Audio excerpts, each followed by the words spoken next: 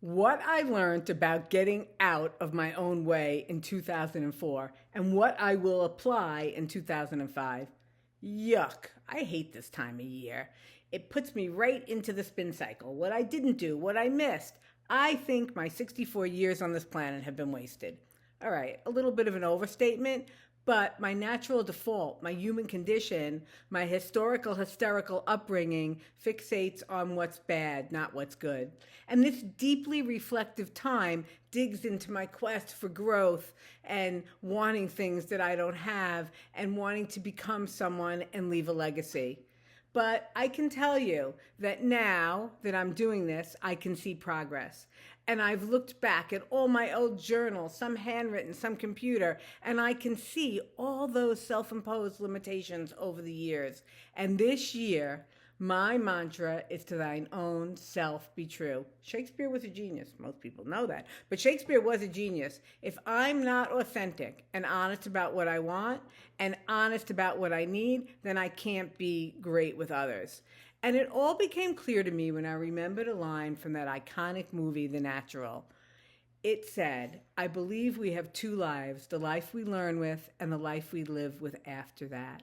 And that's what growing up is all about, and accepting who we are. This is what I thought it would be. This is the way it is. How do I make that peace? And to do that, I need to get out of my own way, let go of my past, and try new things. So here are my top 10 lessons from 2024 and the prior 64 years. First, I have to love myself first. I can't wait for other people to love me and then I'll feel good. I have to feel good. Two, I have to know that I'm enough. Validation comes from within. Enough already. I'm enough. I'm more than enough. I care. I prepare. I exist. I engage in the world around me. I'm enough. Three, I embrace imperfection. That frees me up to make mistakes, and that frees me up to try new things. And instead of being more scary, it's actually less scary because I know I can recover. Four, ask for help instead of masking vulnerabilities. I always thought I had to know the answers. Now I know I don't, but I also know who to ask for the right people, that their experience can help me. And I make sure that their actions match their words. And if I see red flags, I don't engage. Very big.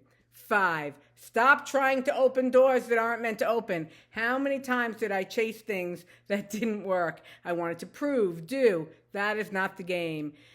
The things that are supposed to fall away will fall away, and the things that are supposed to stay will to stay. I forgive myself for chasing what wasn't meant for me, and this is one of my most favorite lessons now that I get it. I also know now, number 6, that my past is only a small part of my story. It's not that my past has shrunk, it's that the rest of my story has gotten bigger. And instead of seeing my past as pulling me down, I see it as pushing me, lifting me up for the next thing about what I'm supposed to be and what I'm trying to do in this world, or what I'm supposed to do.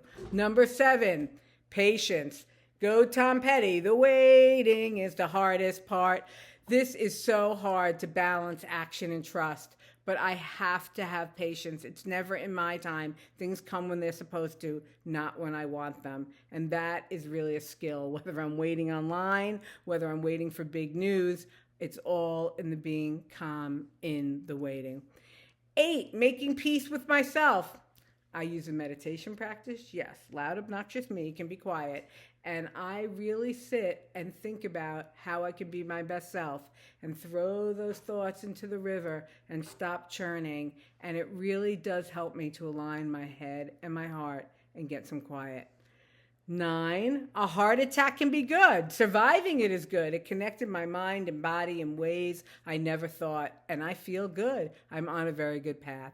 And number 10, when I have grace for others, I have grace for myself.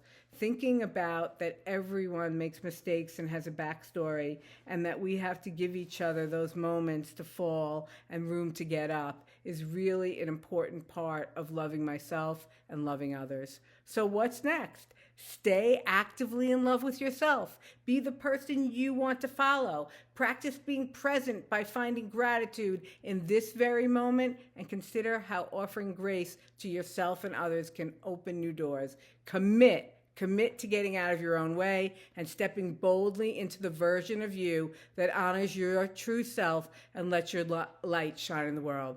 So, for 2025, apply the lessons that you've learned, that you won, that were hard fought. Apply them and be who you are.